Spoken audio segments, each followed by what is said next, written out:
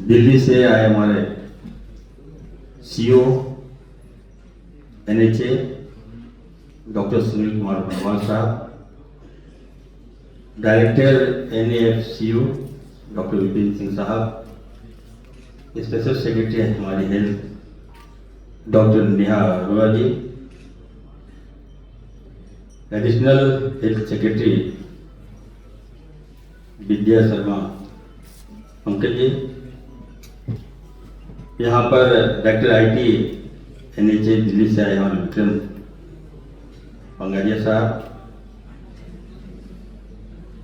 Deputy director NHA Delhi से आए हमारे डॉक्टर शैलेश साहब, यहाँ पे हमारे डीआईसी साहब, हमारे विभाग के सभी जिलों से आए सिविल सर्जन साहब और राज्य के सभी प्राइवेट हॉस्पिटल के डायरेक्टर और विभाग के तमाम हमारे पदाधिकारीगण, डॉक्टर्सगण और हमारे प्रदेश के साथियों, मैं सबसे पहले अपनी ओर से मैं बहुत बहुत बधाई दूंगा बनवाल साहब का कि आपने जो राज्य के हित में, हमारे झारखंड के हित में, आप जो डिजिटल प्लेटफॉर्म के तहत आज एक दिवस जो कार्यशाला आप लोगों ने आयोजन किया है, यहाँ पर निश्चित तौर पर हमें लगता है कि आप लोगों ने विस्तार पूर्वक सारी बातें यहाँ पे रख दी है और मेरा जो फोकस है आपको कहना चाहते हैं, राज्य को स्वास्थ्य में हम अव्वल लाना चाहते हैं और इसी के तहत हम काफी डीपली अब काम कर रहे हैं। आज उसी का परिणाम है कि हम लोगों ने एक दिवस कार्यशाला, एक दिवस सेमिनार हम लोगों ने यहाँ पे आयोजन इसलिए किया है कि हम चाहते थे कि आपसे वन वन हम लोग टच हो और आपको हम लोग ताकत देना चाह रहे हैं, चाहे हमारे वो सरकारी हॉस्पिटल हो चाहे वो प्राइवेट हॉस्पिटल हो, हम आपके साथ हैं, हम आपके साथ कदम से कदम मिलाकर चलना चाहते हैं। हम चाहते हैं कि झारखंड जिसके लिए झारखंड लिया गया, हम अभी कहां है, दूसरा राज्य हमारे कहां है, हम दूसरे राज्य से अगर हेल्थ की कंपेयर हम करना चाहते हैं तो निश्चित तौर पर हमें लगता है कि हम काफी पीछे हैं। झारखंड में क्या नहीं है हमारे पास, मैं वो कहना चाहता हूं, सारा स्रोत होने के बावजूद भी हम लोग देश के पैमाने पर झारखंड की हेल्थ को मजबूत नहीं कर पाए। इसके लिए जिम्मेवार कौन है?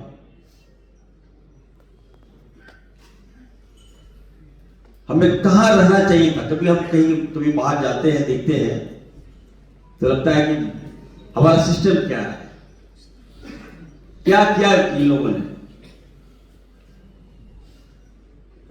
केवल और केवल जो भी हॉस्पिटल है यहाँ, हमारे जितने भी प्राइवेट हॉस्पिटल, मैं आपसे भी कहना चाहता हूं, बहुत उम्मीद है हम लोगों को आपसे। आप लोग जो चाहते हैं, जैसा चाहते हैं, हम लोगों ने किया भी आपके लिए। अभी हमारे एसएस साहब बता रहे थे कि अभी आप लोगों के भुगतान को लेकर ईडी ने रोक लगाया।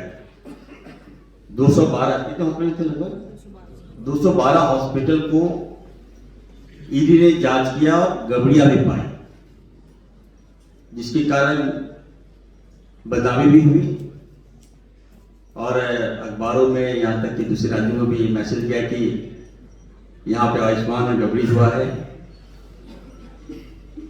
बिल में फर्जीवाड़ा हुआ है, इसकी जांच होनी चाहिए। यहां तक कि कई हॉस्पिटल के क्षेत्र में भी छापे पड़े। तो कभी कभी लगा कि हमारा मॉरल को डाउन करने का प्रयास किया, पेमेंट रोका गया था आप लोगों का, और ये बदनामी आई कि मंत्री इरफान अंसारी ने आपका पेमेंट रोक दिया। कई लोग हम पे दबाव बना रहे थे, कई यहाँ पे कई साथी लोग हैं जिनका टैग हमें लगता है हमारे विपक्ष के साथियों के साथ भी है। कोई चले गए, उस कार्यालय चले गए, बनवाल साहब, राइट, और वहां से बयान आ रहा है कि इरफान अंसारी ने लोग दिया पैसा। अरे करे तो क्या करे? मॉडल वहीं से बंद था, सेंट्रल से बंद कर दिया गया था। उसके बाद भी हम लोगों ने आपके हित में बाधाओं को देखते हुए भी हम लोगों ने निर्णय लिया कि नहीं, वो काम तो चलता रहेगा, प्रोसेस होता रहेगा, जांच चलती रहेगी, लेकिन जो आपने बिल दिया है, जो आपने क्लेम किया है, उसका भुगतान हम कैसे करें। और उसको देखते हुए हम लोगों ने ठोस निर्णय लिया और जिसके कारण आप सबका भुगतान हम लोगों ने किया। हम चाहते हर तरह से आप लोग हमें मदद करें, हम आपको मदद करेंगे, हम आपकी हर परेशानियों को अपने माथे पे ले लेंगे, लेकिन हम चाहेंगे कि आप लोग भी ईमानदारी पूर्वक काम करें।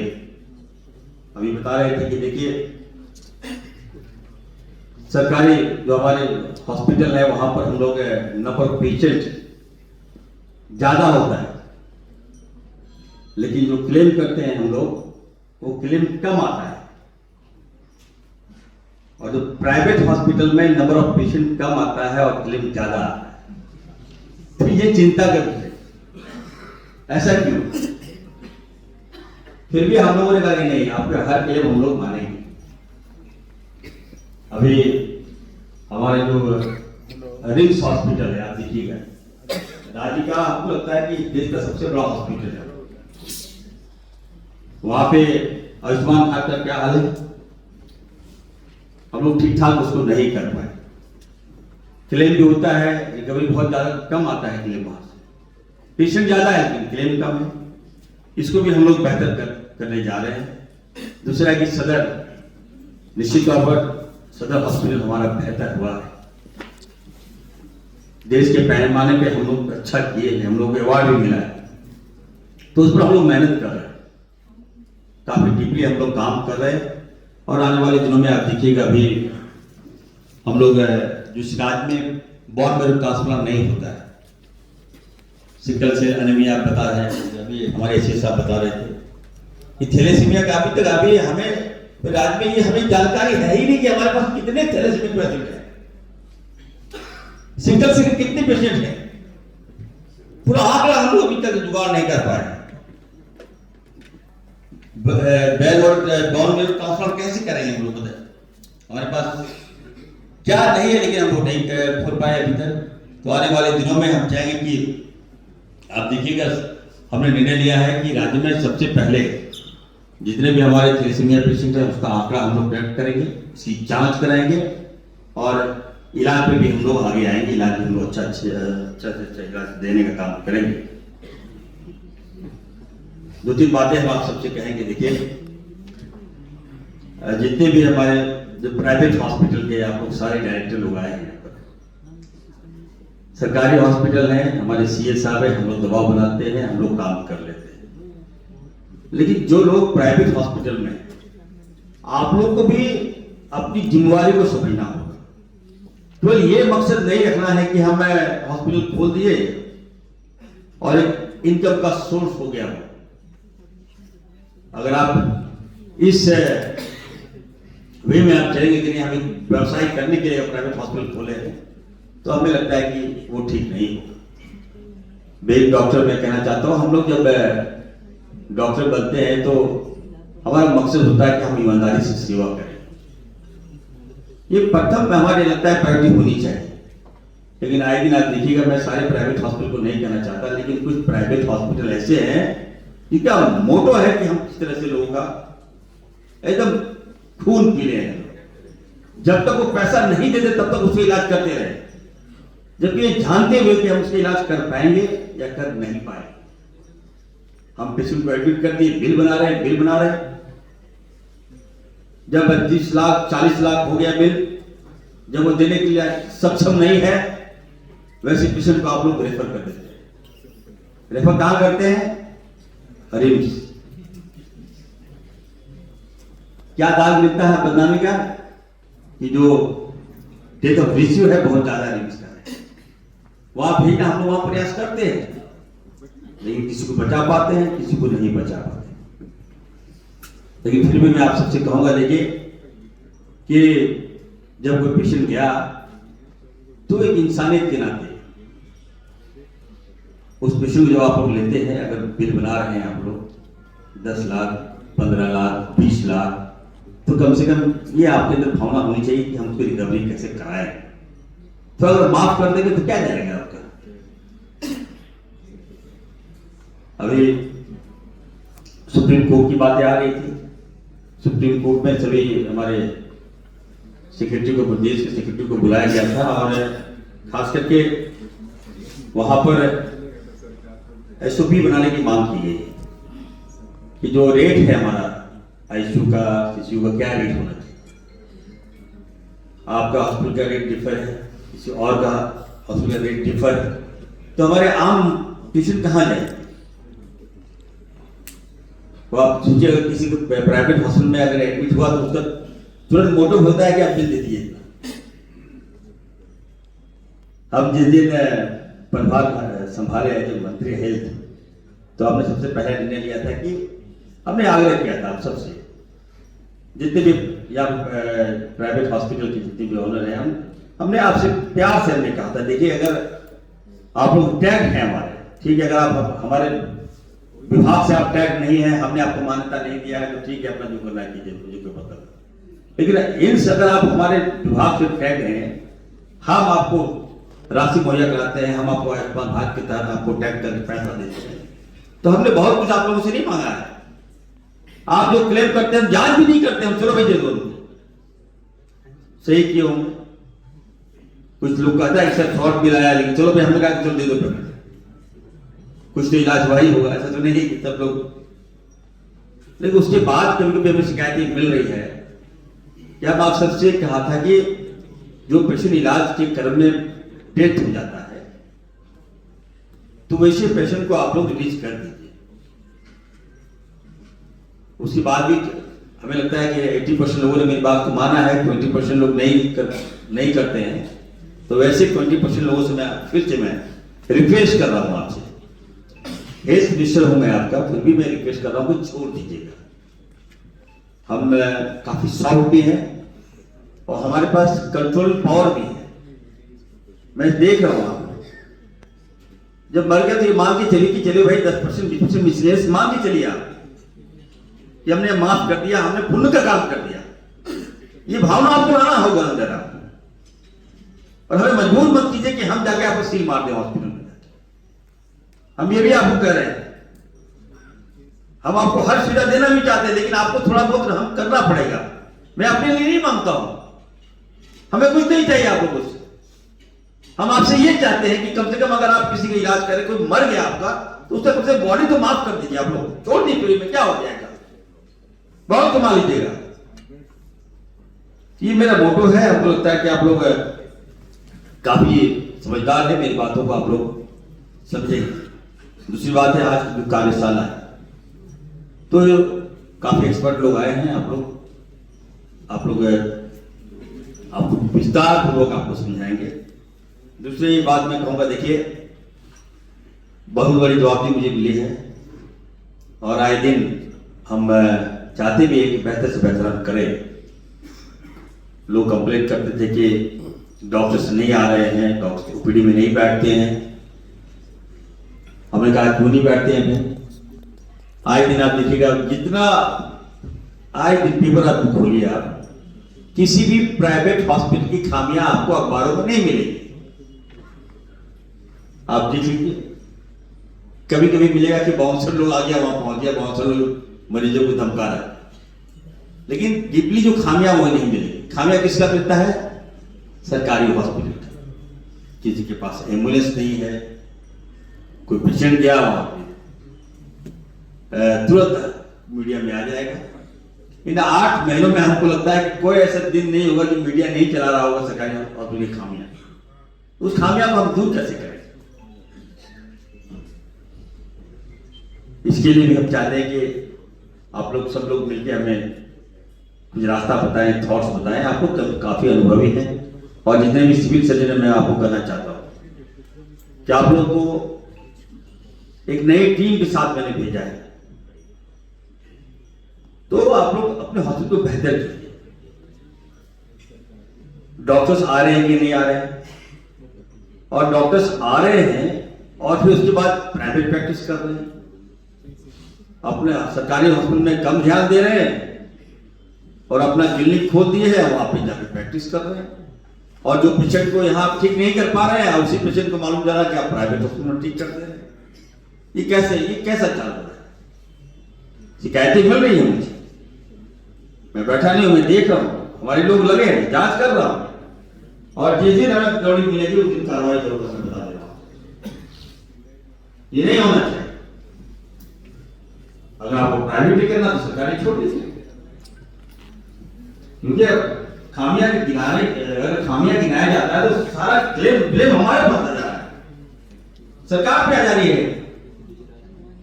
तो इनको भी आपको देखना है। दूसरी बात मैं आप सबको कहना चाहता हूं कि आप लोग हॉस्पिटल बनाइए, हम आपको टैग करेंगे। कुछ सॉफ्टीकरण हम करना चाहते भी हैं, क्योंकि आयुष्मान से आप लोग टैग होना चाहते हैं, तो उसके तहत भी हम आपको आवेदन दीजिए। हम चाहते हैं कि ज्यादा से ज्यादा हमारा हॉस्पिटल जो है वो आयुष्मान भारत से टैग। गवर्नमेंट ऑफ इंडिया से जो पैसा मिलता है कम राशि मिलता है, लेकिन हम लोग गवर्नमेंट ऑफ झारखंड से ज्यादा पैसा हम लोग दे रहे हैं आप लोग, तो बेहतर से बेहतर कीजिए। हम आपसे ये मेरा आप सबसे आग्रह भी होगा। दूसरी बात है कि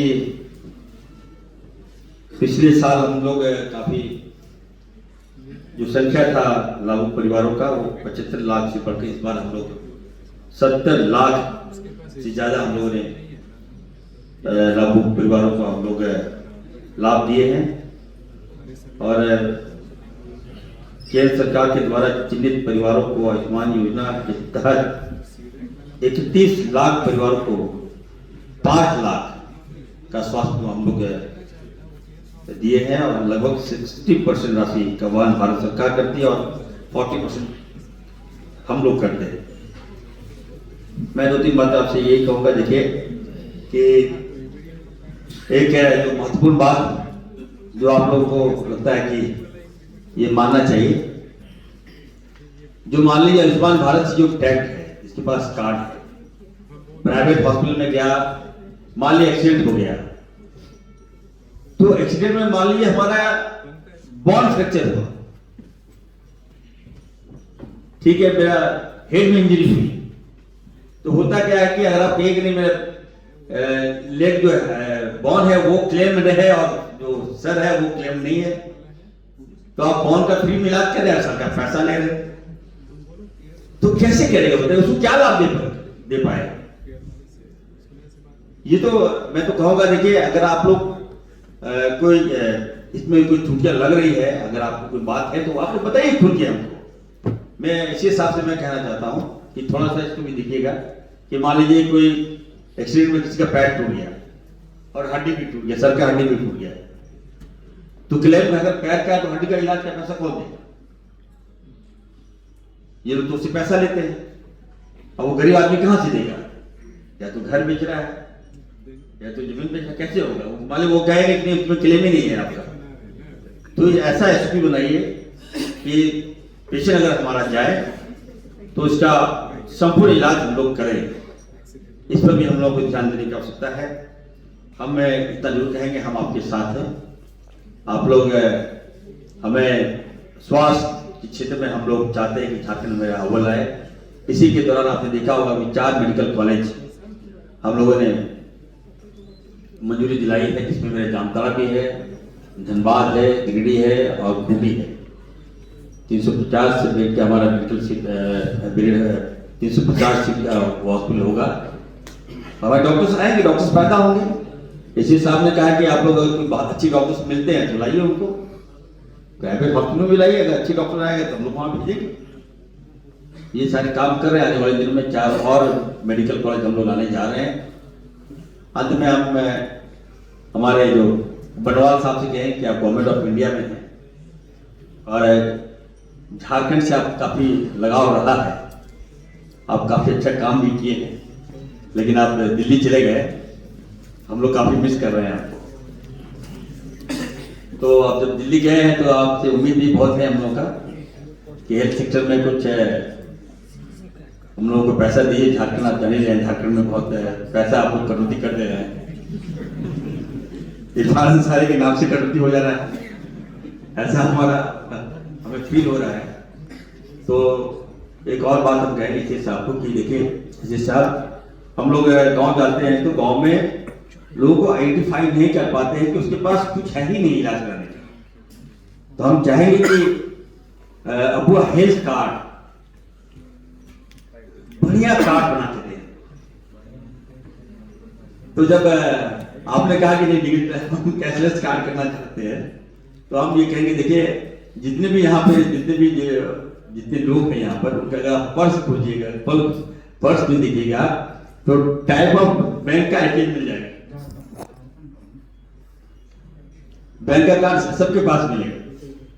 तो उसी तरह से हम चाहते हैं, आपने कहा कि नहीं किसी के कोई अगुआ कार्ड दें या आधार कार्ड दें या अगुआ आवास कार्ड दें। मेरा ये मानना है कि नहीं आयुष्मान कार्ड उसमें लोग टैग कर दें कि 5 से 15 लाख रुपया वो जाए और कार्ड भी बढ़िया बना के दें। हम लोग लगे कि नहीं हम लोग हेल्थ का कार्ड दे रहे हैं, कहीं भी जाए तो लगे, देखने में अच्छा लगे। तो इसका प्रस्ताव आप बढ़ाइए, हम सेंशन करेंगे जो भी राशि लगेगा। और जो प्राइवेट हॉस्पिटल भी मेरा कोई गरीब आदमी जाएगा कार्ड लेकर तो उनको भी अच्छा लगेगा कि अगुआ हेल्थ कार्ड लेके आए। तो इसको आप मेरी बात को लेकर प्रस्ताव भेजें हम लोग, और आने वाले दिनों में हम विश्वास दिलाते हैं कि अगुआ हेल्थ कार्ड बढ़िया और प्रचार प्रसार भी करना होगा। कार्ड बनाए तो लगे लोगों को कि हम लोग कार्ड दे रहे हैं, और ये कार्ड नहीं मतलब लाइफ लाइन हम लोग दे रहे हैं। ये जब तक फील नहीं होगा तब तक लोगों को आप बता नहीं पाएंगे कि हमारी सरकार ने ये काम किया है। उसके तहत आपका इलाज भी होगा। बहुत गांव में जाते हैं पता ही नहीं चलता कार्ड क्या होता है। हम जिस क्षेत्र से आते हैं, हमारा जो एरिया है झारखंड में, आप ग्रामीण क्षेत्र में चले जाइए तो उसके पास कार्ड ही नहीं मिलेगा, ना आधार कार्ड मिलेगा, ना कोई कार्ड ही नहीं है उसके पास, जमीन का भी पेपर नहीं मिलेगा। तो ऐसे में हम कार्ड हम लोग मुहैया कराएंगे और इलाज कराने का काम करेंगे। आज ये निश्चित तौर पर आज का जो एक कार्यशाला है एक झारखंड के लिए काफी मुझे लगता है कि उपयोगी साबित होगा। और जितने भी हमारे आयुष्मान कार्ड है, जितने भी हॉस्पिटल हैं आप लोग, मैं आप सबसे फिर से मैं निवेदन करूंगा कि आप लोग बढ़िया से काम करें और जो बिलिंग वगैरह हो वो ठीक ठाक हो। ऐसा ना हो कि पेशेंट कम इलाज हो रहा है बिल ज़्यादा आ रहा है। तो इसको भी आप लोग देख लीजिए। अंत में एक बात और आप कहेंगे, देखिए हमारे एसीएस साहब हैं, मैं आपसे कहूँगा कि जितने भी सदर हॉस्पिटल हैं, जितने सीएस साहब हैं, आप सुन लीजिए। अभी आप लोग हाल के दिनों में देखे होंगे कि हम पे ब्लेम लगा, एक आरोप लगाया था किसी ने कि इरफान अंसारी ने किसी एक संवेदक को 8 या 9 काम दे दिया, और वो संवेदक जो है वो उसका नाम भी मुस्लिम है, और मुस्लिम होने के नाते टैग करने के मेरा रिश्तेदार भी। मैंने वैसे लोगों से कहा देखो यार, मैं आया हूं ये राजनीतिक में इसलिए आया हूं, मैं काम करना चाहता हूं, मैं राज्य को बदलाव दूं, हेल्थ में बदलाव लाना चाहता हूं। हम पढ़ लिख कर आए, हम फुरकान अंसारी के बेटा, हमारे पास किसी की कमी नहीं है, हम गलत काम कर ही नहीं सकते, कभी सोच भी नहीं सकते, करना तो दूर की बात है। और उसके बाद हमने निर्णय लिया है कि जितने भी हॉस्पिटल हैं, जो भी काम कर रहे हैं, जो भी आउटसोर्सिंग काम कर रहे हैं, सबको हम लोग एक से ज्यादा काम नहीं देते, किसी भी एजेंसी को याद रखें, ताकि हम पे कोई उंगली नहीं उठे। हम बेहतर काम करना चाहते हैं, हम राज्य में हेल्थ में एक नया ऊंचाइयों तक पहुंचाना चाहते हैं। अभी हाल के दिनों में देखिएगा सीटी स्कैन, एमआरआई, हम कहीं चले जाते हैं एमआरआई की व्यवस्था नहीं है हमारे यहाँ। सदर हॉस्पिटल में, रेफरल हॉस्पिटल, बताइए किसी को एक्सीडेंट हो गया तो उसको हम लोग रेफर करते हैं। आप बताइए रेफर जाने आने में क्या पीड़ा बीतती होगी पेशेंट को, कौन जिम्मेवार है उसके लिए? अगर आप अपने सदर हॉस्पिटल में अगर एमआरआई की अगर आप सीटी स्कैन व्यवस्था करा देते तो कम से कम ये दर्द तो नहीं सह सकता हमारा पेशेंट। उस दर्द को हम कम करना चाहते हैं, और आने वाले दिनों में आप देखिएगा इस राज्य के सभी सदर हॉस्पिटल हो या रेफरल हॉस्पिटल हो, सब में सीटी स्कैन और एमआरआई मशीन हम देने जा रहे हैं। काम हम लोग कर रहे हैं। अभी हमारे बलवान साहब बता रहे थे कि बिहार के बारे में बता रहे थे कि सारे डिजिटल के माध्यम से सारे पेशेंट का डिटेल आप लोग आंकड़ा आप लोग वहाँ पे हो रहा है बिहार में। तो ये काम भी हम लोग कर रहे हैं। हम लोग ऑन द वे हैं, लेकिन वो पहले है, हम लोग पीछे हैं। आने वाले दिनों में पूरे देखिएगा, पूरे झारखंड में भी हम लोग पूरा डिजिटल हम लोग करने जा रहे हैं। सभी हॉस्पिटलों में, सभी सदर हॉस्पिटल में हम लोग राज्य में बैठकर ही मॉनिटरिंग कर लेंगे कि कौन डॉक्टर जा रहा है, कौन डॉक्टर इलाज कर रहा है, कितने पेशेंट आ रहे हैं। वो सब लोग हम लोग हेडक्वार्टर बनाकर हम लोग जल्द से जल्द को हम लोग भी अच्छा करेंगे। मकसद ये है कि राज्य हमारा बेहतर हो और झारखंड जो है देश के पैमाने पे अव्वल आए। हम लोग अव्वल तभी आएंगे जब प्राइवेट हॉस्पिटल हो जाए, सरकारी हॉस्पिटल, सब मिलकर हम लोग एक होकर काम करें। मैं ज़्यादा समय नहीं लेते हुए आज के जो सेमिनार है, निश्चित तौर पर ये आप सबके लिए मील का पत्थर साबित होगा। एक्सपर्ट लोग आए हैं, दिल्ली से आए हैं, वो लोग आपको विस्तार पूर्वक समझाने का काम करेंगे। बहुत बहुत धन्यवाद। जय हिंद।